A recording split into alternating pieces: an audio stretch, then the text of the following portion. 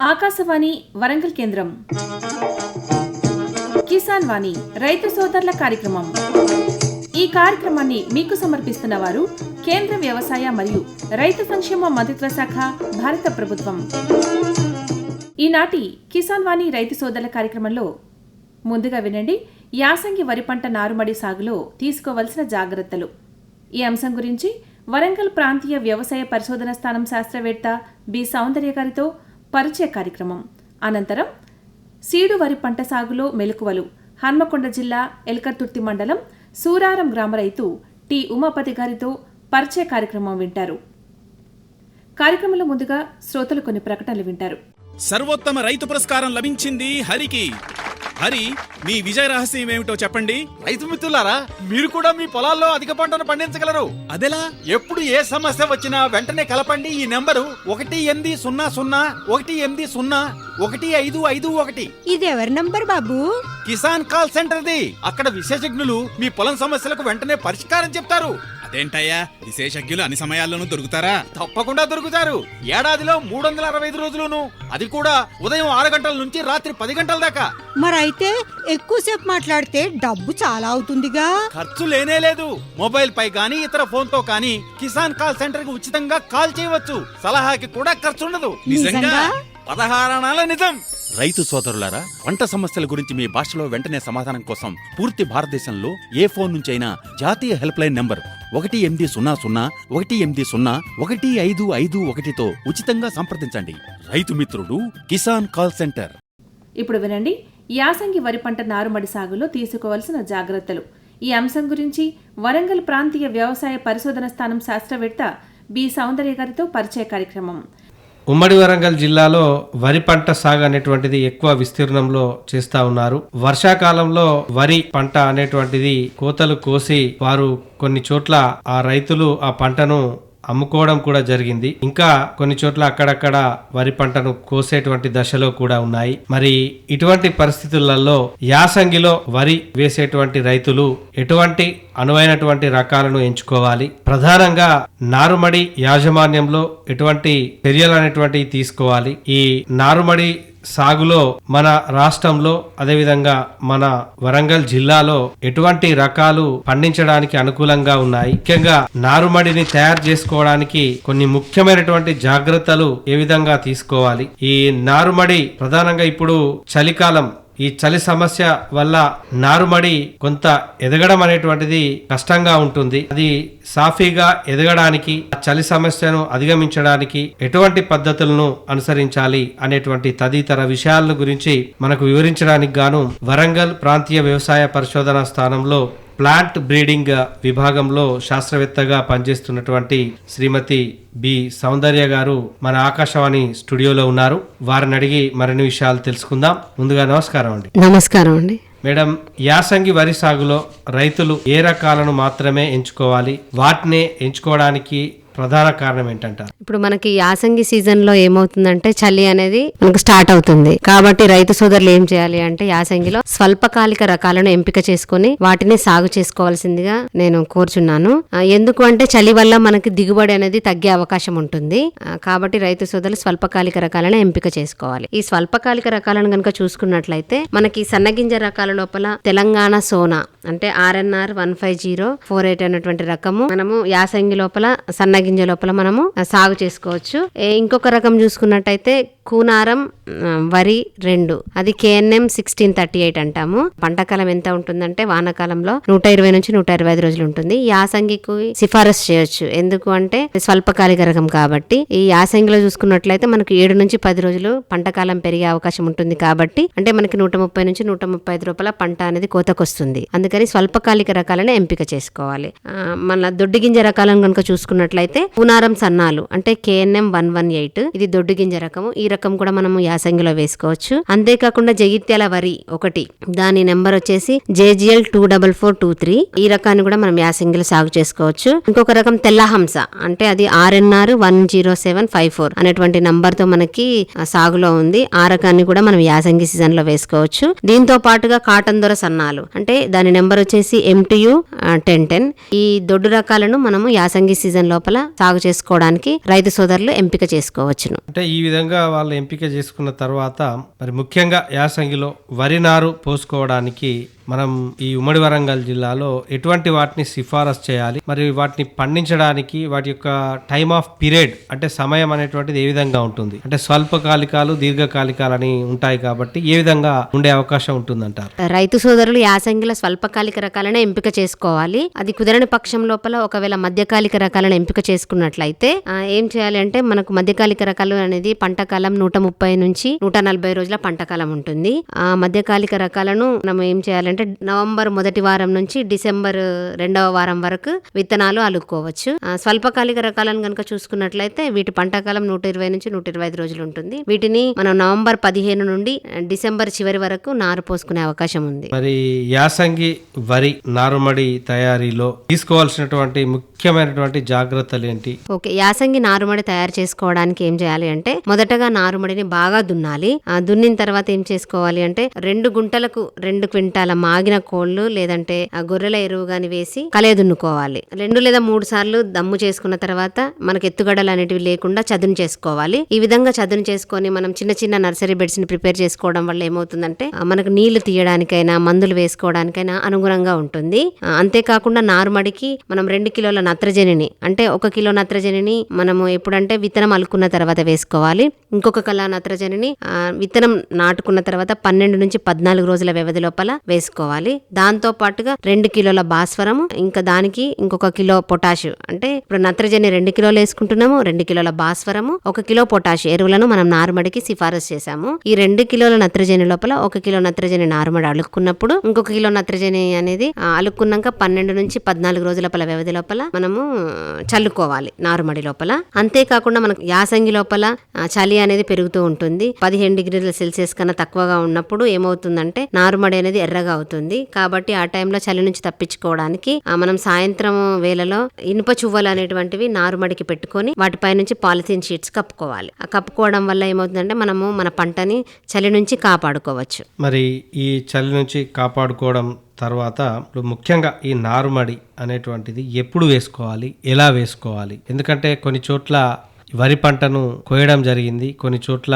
ఇటీవల కురిసినటువంటి వర్షాల వల్ల కోయలేదు. కాబట్టి దీన్ని దృష్టిలో పెట్టుకొని నారుమడి వేసుకోవడానికి ఎప్పుడు అనువైన కాలము, ఎప్పుడు ఎలా వేసుకోవాలి? నారుమడి వేసుకోవడానికి ఇప్పుడు ఏవైతే రైతులు కోయలేదో వాళ్ళు వీలైనంత తొందరగా మనము పంటను అనేది కోత కోసుకోవాలి. స్వల్పకాలిక రకాలను కనుక చూసుకున్నట్లయితే మనము నవంబర్ 15 నుంచి డిసెంబర్ చివరి వరకు మనము సిఫారసు చేసుకోవచ్చు విత్తనం అలుకోవడానికి. అదే మధ్యకాలిక రకాలను కనుక చూసుకున్నట్లయితే మనకి నవంబర్ మొదటి వారం నుంచి డిసెంబర్ 2వ వారం వరకే వేసుకోవాలి. మధ్యకాలిక రకాలను కనుక చూసుకున్నట్లయితే మనకి 135 నుంచి 140 రోజుల పంట కాలం ఉంటుంది. ఈ కాలం ఏమవుతుందంటే, మనకు ఆల్రెడీ మధ్యకాలిక రకం అంటేనే 135 నుంచి 140 రోజులు ఉంది. దీనికి చలి ఉండడం వల్ల ఇంకొక 7 నుంచి 10 రోజులు పెరుగుతుంది. కాబట్టి రైతు సోదరులు ఏం చేయాలంటే మధ్యకాలిక రకాలను ఎంపిక చేసుకోకపోవడమే మంచిదని నా ఆలోచన. ఇంకా స్వల్పకాలిక రకాలను వేసుకున్నట్లయితే బాగుంటుంది. ఎందుకు అనంటే మధ్యకాలిక రకాలకి మనకి ఏప్రిల్ చివరికి వడగళ్ల వాన పడే అవకాశం ఉంటుంది. మధ్యకాలిక రకాలను వేసుకుంటే ఏమవుతుందంటే అవి 150-155 రోజులకు పోతుంది. అప్పుడు వడగళ్ల వాన పడి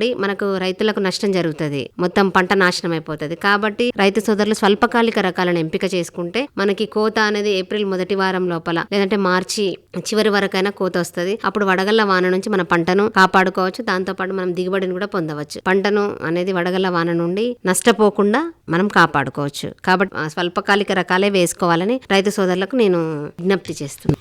అయితే ఈ నారుమడిలో ముఖ్యంగా చలికాలంలో ఈ నారుమడి వేసినప్పుడు వచ్చేటువంటి తెగుళ్ళు ఏంటి, వాటి నివారణకు ఏం చేయాలని? యాసంగి వరి నారులో మనకు ఎక్కువగా చూసేటువంటి తెగుళ్ళు ఏంటి ఉంటే అంటే అగ్గి తెగులు అనేది మనము ఎక్కువగా చూస్తాము. దాంతో పాటుగా మొవి పురుగు అనేది మనకి ఎక్కువ కనబడుతుంది, కాండం తొలిచే పురుగు.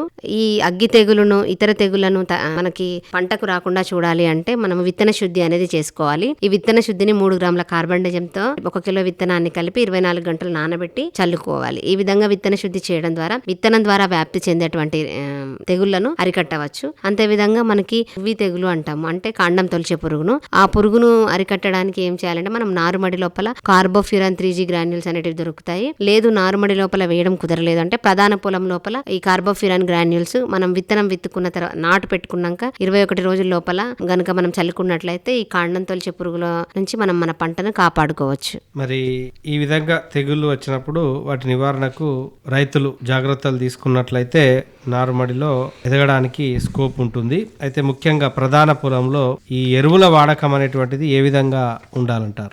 యాసంగి వరిలో గనక చూసుకున్నట్లయితే మనము నారుమడిలో గనక చూసుకున్నట్లయితే ఒక 2 కిలోల నత్రజని, 2 కిలోల భాస్వరం, 1 కిలో పొటాషియము మనం నారుమడి లోపల చల్లుకోవాలి.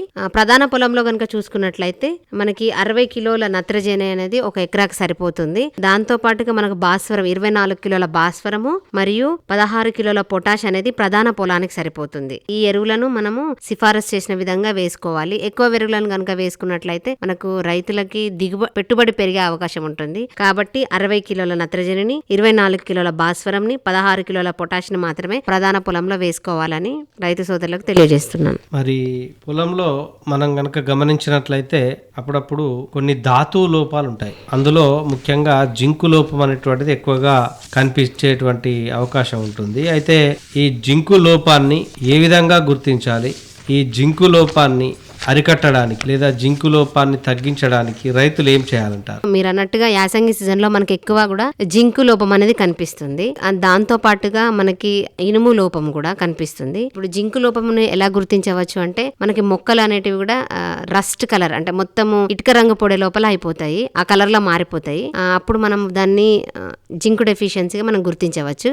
జింకు లోపం యొక్క లక్షణాలను మనం అధిగమించడానికి ఏం చేయాలి అంటే 2 గ్రాముల జింకు సల్ఫేట్ ని 1 లీటర్ నీటికి కలిపి పిచికారీ చేసుకోవడం వల్ల జింకు ధాతువు లోపం వల్ల వచ్చేటువంటి లక్షణాలను మనం అరికట్టవచ్చు. అంటే ఈ జింకు లోపమును ఈ విధంగా అరికట్టవచ్చు అంటున్నారు. మరి ఐరన్ లోపం అని కూడా అన్నారు, దాన్ని ఏ విధంగా అరికట్టాలి? ఐరన్ లోపం కనిపించినప్పుడు ఏం చేయాలి అంటే మనకు మొక్కలు మొత్తం కూడా తెల్లగా పెలుచుబారినట్టు కనిపిస్తాయి. ఈ విధంగా ఉన్నప్పుడు మనం ఐరన్ డెఫిషియన్సీగా గుర్తించాలి. దానికి ఐరన్ సల్ఫేట్ అనేది దొరుకుతుంది. దాన్ని మనం పైపాటిగా పిచికారీ చేసుకోవడం వల్ల మనం ఐరన్ డెఫిషియన్సీని కూడా మనం అరికట్టవచ్చు.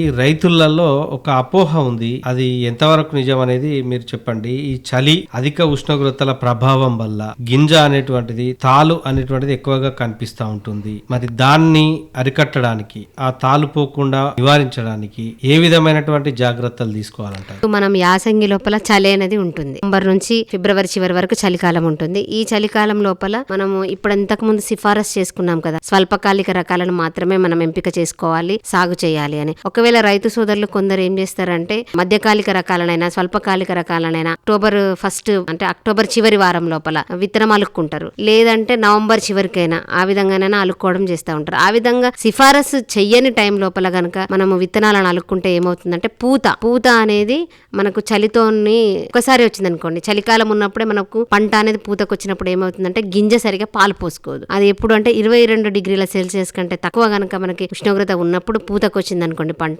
ఆ టైం లోపల విత్తనాలు అనేటివి పాలు పోసుకోసరిగా. కాబట్టి దాని వల్ల ఏమవుతుందంటే మనకు తాలు గింజలు ఏర్పడే అవకాశం ఉంటుంది. అంతేకాకుండా ఈ దీర్ఘకాలిక రకాలను లేదా మధ్యకాలిక రకాలను నవంబర్ చివరి వరకు లేదంటే డిసెంబర్ చివరి వరకు నార్లు పోసుకుంటే మనకి ఏమవుతుంది అనంటే మే ఉన్నప్పుడు మనకి పూతకొస్తాయి. ఆ పంటకాలం పూతకొచ్చినప్పుడు అధిక ఉష్ణోగ్రత ఉంటుంది మేలో, అప్పుడు కూడా మనకి గింజ అనేది సరిగా పాలు పోసుకోకుండా ఉండడం వల్ల తాలు ఏర్పడే అవకాశం ఉంటుంది.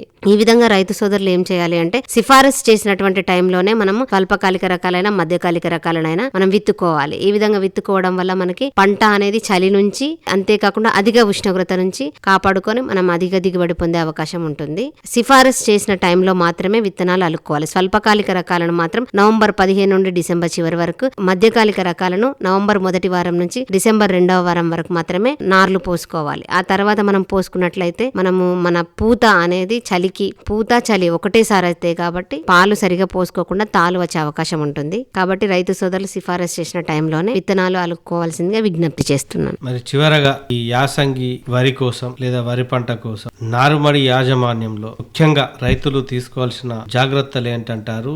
మీరిచ్చేటువంటి సలహా గాని సూచన గాని ఏంటంటారు? యాసంగి నారుమడి స్వల్పకాలిక రకాలను ఎంపిక చేసుకోవాలి. అది సన్నగింజ రకాలను ఎంపిక చేసుకుంటామా, దొడ్డు గింజ రకాలను ఎంపిక చేసుకుంటాం అనేది అది రైతు సోదరులే నిర్ణయించుకోవాలి. ఒకసారి విత్తనాన్ని ఎంపిక చేసుకున్న తర్వాత సిఫారసు చేసిన టైం లోపల విత్తనం అలుక్కోవాలి. అలుక్కున్న తర్వాత ఏం చేయాలంటే నారు అనేది పెరుగుతున్నప్పుడు మనకి చలి ఒకవేళ 10-15 డిగ్రీల సెల్సియస్ కన్నా తక్కువగా ఉన్నదనుకోండి, అప్పుడు ఏమవుతుంది అంటే వరి నారు ఎర్రబడము, సరిగా పెరగకపోవడము, గిడసబారిపోయి ఉంటుంది. ఇట్లాంటి చలికి లోనైనప్పుడు మనం ఏం చేయాలి అంటే మనకి టార్పలిన్స్ దొరుకుతాయి, లేదంటే ప్లాస్టిక్ కవర్స్ పెద్ద పెద్దవి దొరుకుతాయి. వాటిని మన నారుమడికి అటు ఇటు అంటే కర్రలను వెదురు బొంగులను నాటి ఆ పైనుంచి టార్పలిన్ కప్పుకున్నట్లయితే రాత్రి వేళలో మనము చలి నుంచి మన నారుమడిని కాపాడుకోవచ్చు. అంతేకాకుండా సాయంత్రం వేళలో నీళ్లు ఎక్కువగా పెట్టి పొద్దున్నే మనము నీరు తీసేసి మళ్ళీ వెచ్చటి వాటర్ అంటే మోటార్ ఆన్ చేస్తే మనకు వేడి నీళ్ళు వస్తాయి కదా, మళ్ళీ ఆ నీళ్లు పెట్టడం, మళ్ళీ సాయంత్రానికి వేడి నీళ్ళు నింపి మళ్ళీ పొద్దున్నే తీసేసి మళ్ళీ నీళ్లు పెట్టడం. ఈ విధంగా తరచూ నీళ్లను మార్చడము, ఆ టార్పలిన్స్ పైనుంచి కప్పుకోవడము, అంతేకాకుండా మనము భాస్వరానికి సంబంధించిన ఎరువులు వేయడము, ఈ విధంగా చేయడం వలన మనకి మన వరి నారును చలి నుండి కాపాడుకోవచ్చు. మరి ఇంతవరకు మీ యొక్క అమూల్యమైనటువంటి సమయాన్ని వెచ్చించి మా ఆకాశవాణి స్టూడియోకు విచ్చేసి యాసంగి వరి పంట సాగులో నారుమడి యాజమాన్యం ఎటువంటి రకాలు ఎంపిక చేసుకున్నట్లయితే అధిక దిగుబడి సాధించవచ్చు అనేటువంటి చాలా చక్కటి విషయాలు వివరించినందుకు గాను మీకు ప్రత్యేకంగా ధన్యవాదాలు. ధన్యవాదాలు. ఇంతవరకు శ్రోతలు యాసంగి వరి పంట నారుమడి సాగులో తీసుకోవాల్సిన జాగ్రత్తలు ఈ అంశం గురించి వరంగల్ ప్రాంతీయ వ్యవసాయ పరిశోధన స్థానం శాస్త్రవేత్త బి సౌందర్య గారితో పరిచయ కార్యక్రమం విన్నారు. పరిచయకర్త మోటి చిరంజీవి గారు. శ్రోతలు ఇప్పుడు కొన్ని ప్రకటనలు వింటారు. ప్రధానమంత్రి కిసాన్ సమ్మాన్ నిధి ఈ పథకం కింద 2 హెక్టార్ల వరకు పొలం కలిగిన రైతుల కుటుంబాలకు ఏడాదికి 6,000 రూపాయలు చెల్లించడం జరుగుతుంది. అది అర్హత గల రైతులకు 2,000 రూపాయల చొప్పున 3 వాయిదాల్లో నేరుగా వారి ఖాతాల్లో జమ చేయబడుతుంది. ఈ సన్న చిన్నకారు రైతుల కుటుంబాలను రాష్ట్ర ప్రభుత్వాలు ఎంపిక చేస్తున్నాయి. ఈ పథకం యొక్క పూర్తి ఖర్చును భారత ప్రభుత్వం భరిస్తోంది. ప్రధానమంత్రి కిసాన్ సమ్మాన్ నిధి రైతుల వ్యవసాయానికి సరికొత్త గౌరవం. వ్యవసాయ మరియు రైతు సంక్షేమ మంత్రిత్వ శాఖ, భారత ప్రభుత్వం ద్వారా జనహితార్థం జారీ. ఇప్పుడు వినండి సీడు వరి పంట సాగులో మెలకువలు. హన్మకొండ జిల్లా ఎల్కతుర్తి మండలం సూరారం గ్రామ రైతు టి ఉమాపతిరావు గారితో పరిచయ కార్యక్రమం వింటారు. పరిచయకర్త మోటి చిరంజీవి గారు. ఎలకతుర్తి మండలం సూరారం గ్రామంలో ఉన్నాం. ఇక్కడ గత 20 సంవత్సరాల నుండి వ్యవసాయం చేస్తున్నటువంటి తంగెడ ఉమాపతి గారు ఉన్నారు. మరి వారు గత కొన్నేళ్లుగా ఆడ మొగ వరి విత్తనాలను వేసి దాంట్లో అధిక దిగుబడి సాధిస్తున్నారు. ఒక అందరికీ కూడా ఆదర్శ రైతుగా కూడా నిలుస్తూ ఉన్నారు. మరి వారిని అడిగి ఈ ఆడ మొగ వరి పెంపు ఏ విధంగా చేయాలి, ఏ విధంగా చేసినట్లయితే అధిక దిగుబడి సాధించవచ్చు అనేటువంటి విషయాల గురించి వారి మాటల్లోనే తెలుసుకుందాం. నమస్కారం అండి. అంటే ఇక్కడ మనకు విత్తనాలు మీరు ఏర్పాటు చేసుకున్న తర్వాత ఇప్పుడు మండే కట్టే పద్ధతి అనేటువంటిది ఉంటుంది. ఇప్పుడు ఈ ఆడ మొగ వరికి కూడా ఏమన్నా మండే కడతారా? తప్పకుండా విత్తన శుద్ధి చేసుకుంటాం. 1 కిలోకు 2 గ్రాముల బావిస్టాన్ పౌడర్ కానివ్వండి, లేకపోతే ట్రైసోగ్లిజన్ పౌడర్ లాంటివి కలుపుకొని 24 అవర్స్ నీటిలోనే ఉంచుతాం. 24 అవర్స్ తర్వాత తీసుకొని ఒక చిన్న బ్యాగ్ సంచిలో కట్టుకొని చలికి ఇబ్బంది కాకుండా ఇంట్లోనే పెట్టుకుంటాం. తిరిగి ఉదయం పొద్దున మళ్ళీ సూర్యరశ్మి రాగానే మళ్ళీ నీళ్లు పోస్తూ ఎండ దాకే విధంగా బయటనే పెట్టుకుంటాం. నైట్ విషయంలో చలి బాగా ఉంటే కనుక చిన్న 5-10 కేజీల విత్తనాలు వెనుక లోపల పెట్టుకుంటాం. ఒకవేళ మన ఫిమేల్ లాంటి అయితే ఎక్కువ విత్తనాలు ఎక్కువ ఏరున్న రైతులైతే ఏమి చలి తాకకుండా ఎండుగడ్డి లాంటిది వేసుకొని లేదా పరద లాంటిది కప్పుకొని దానిపైన బరువులు పెట్టుకోవడం వల్ల ఇబ్బంది లేకుండా ఉంటుంది. ఒకవేళ పెద్దగా ఉన్నట్టయితే మనం మండే కట్టుకోవచ్చు. మండే కోసం గత రోజుల్లో గడ్డి లాంటివి ఉపయోగించేది. ఆ గడ్డి ఉపయోగించడం వల్ల ఇప్పుడు కొద్దిగా మనకు బెరికి వస్తాయని చెప్పేసి మామూలు పైప్ లైన్ కు వాడేటువంటి బట్ట పైప్ లాంటి వెరైటీస్ తోటే మనం రౌండ్ గా చేసుకుంటాం. మనకు అవసరాన్ని బట్టి 1 చదరపు అడుగు, 2 చదరపు అడుగులు, 3 చదరపు అడుగులు మన అవసరాన్ని పట్టుకొని చేసుకొని దాని కింద భాగంలో ఒక పరద లాంటిది వేసుకొని ఆ పరదకు నీళ్ళు వెళ్ళిపోయే విధంగా రంధ్రాలు చేసి పెట్టుకుంటాం.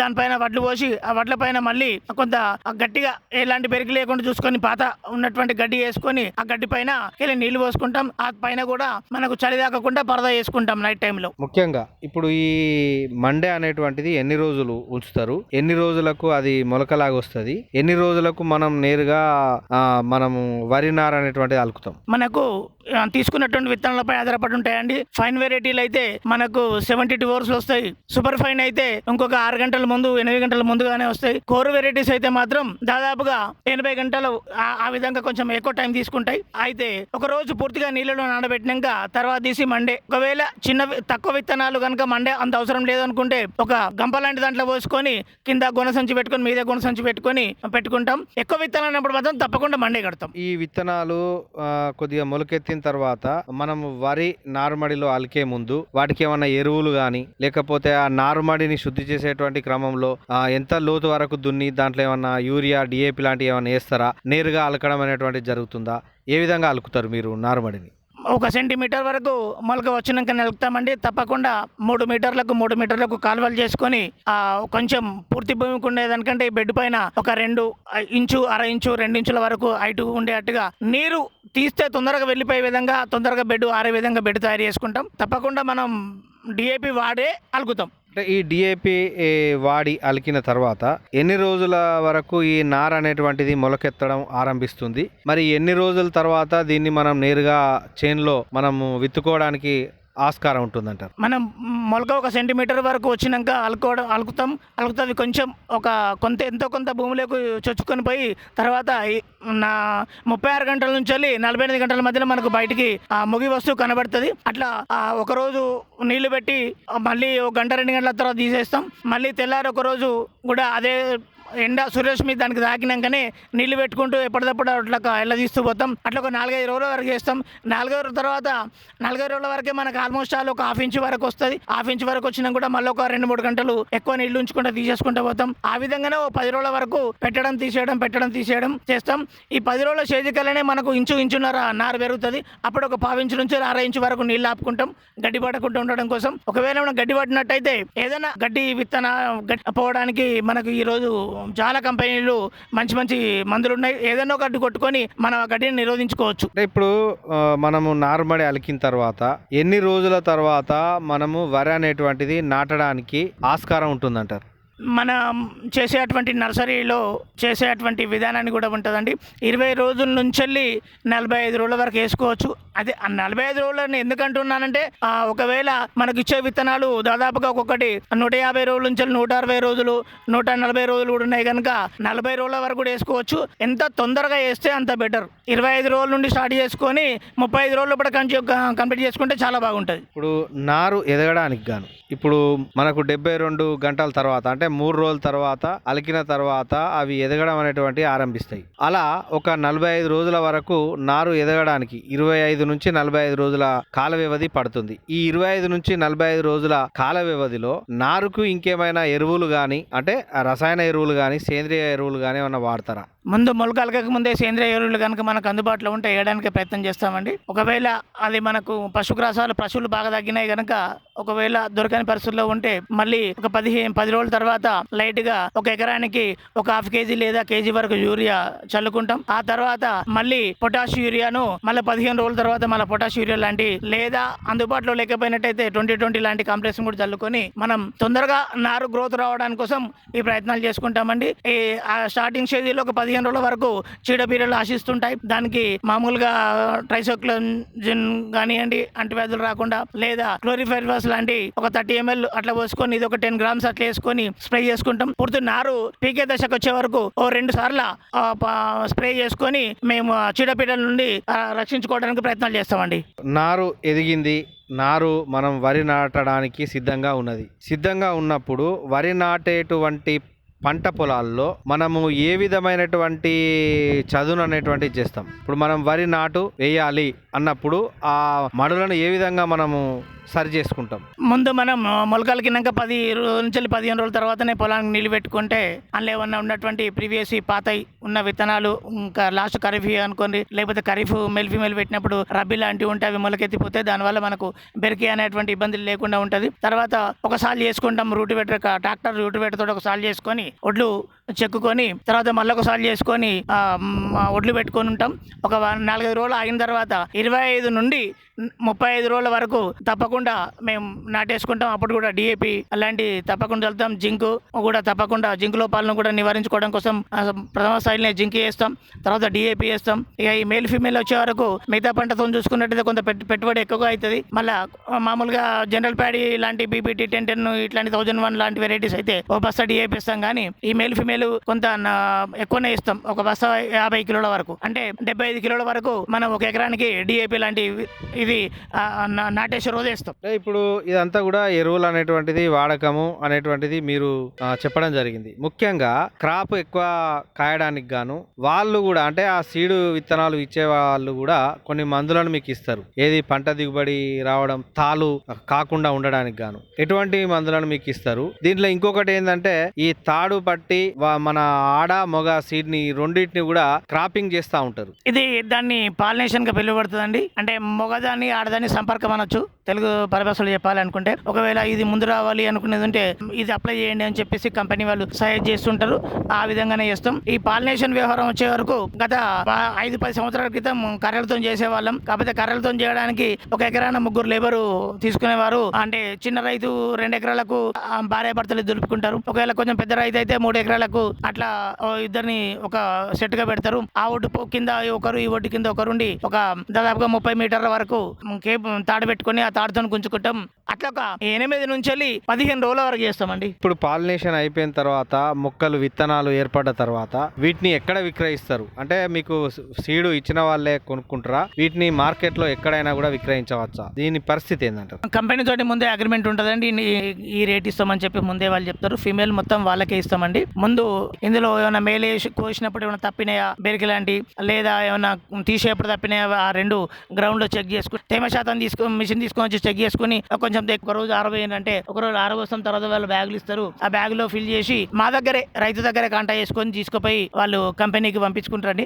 మనకు 20 క్వింటాలు 25 క్వింటాలు పడిన సందర్భాలు కూడా ఉన్నాయి. కొందరు ఉన్నటువంటి దాదాపుగా 5 క్వింటాలు 6 క్వింటాలు 7 క్వింటాల వరకు కూడా 8 క్వింటాలు ఒక్కసారి కలిసి వచ్చినప్పుడు ఒక క్వింటాలు వాళ్ళు చెప్పిన దానికంటే కూడా ఎక్కువ రావచ్చు. ముఖ్యంగా ఇప్పుడు మీరు ఎకరానికి ఎన్ని క్వింటాల వరకు పంట తీసేటువంటి అవకాశం? నా వరకు నాకైతే 70 నుంచి 80 వేల వరకు పర్ ఎకరాకు వస్తున్నాయండి. నాకు 40 వేల వరకు ఖర్చు పోతుంది. 50% ఖర్చు పోయినా 50% మిగులుతుందండి. మరి ఇంతవరకు మా శ్రోతల కోసం మీ యొక్క అమూల్యమైనటువంటి సమయాన్ని కేటాయించి చక్కటి సలహాలు సూచనలు ఇచ్చినందుకు గాను ప్రత్యేకంగా ధన్యవాదాలండి. నమస్కారం అండి. ఈ ఆకాశవాణి కేంద్రానికి నా తరపున ధన్యవాదాలు. ఇంతవరకు శ్రోతలు సీడు వరి పంట సాగులో మెలకువలు ఈ అంశం గురించి హన్మకొండ జిల్లా ఎల్కతుర్తి మండలం సూరారం గ్రామ రైతు టి ఉమాపతిరావు గారితో పరిచయ కార్యక్రమం విన్నారు. పరిచయకర్త మోటి చిరంజీవి గారు. శ్రోతలు ఇప్పుడు కొన్ని ప్రకటనలు వింటారు. किसान भाइयों गांठ बांध लो, गांठ बांध लो, बहुत बहुत है काम की, समृद्धि के पैगाम की। मिट्टी के मिजाज को समझो, मिट्टी के हर राज को समझो, मिट्टी की तुम जांच कराओ, मुफ्त सॉइल हेल्थ कार्ड ले जाओ। कभी मुनासिब बीज लगाओ, सही किस्म की खाद ले आओ, जितनी जरूरी उतनी डालो, सही मात्रा खुद पहचानो, इसको अपना मंत्र बना लो, मिट्टी की सेहत तो जानो। बात बहुत है काम की, कम लागत अधिक वरदान की, किसान भाइयों गांठ बांध लो। आज ही मिट्टी की जांच कराएं, राज्य सरकार के कृषि अधिकारी से संपर्क करें और मुफ्त में सॉइल हेल्थ कार्ड पाएं। कृषि और किसान कल्याण मंत्रालय द्वारा किसान हित में जारी। ఇంతటితో ఈనాటి కిసాన్ వాణి రైతు సోదరుల కార్యక్రమం సమాప్తం. ఈ కార్యక్రమాన్ని మీకు సమర్పించిన వారు కేంద్ర వ్యవసాయ మరియు రైతు సంక్షేమ మంత్రిత్వ శాఖ, భారత ప్రభుత్వం.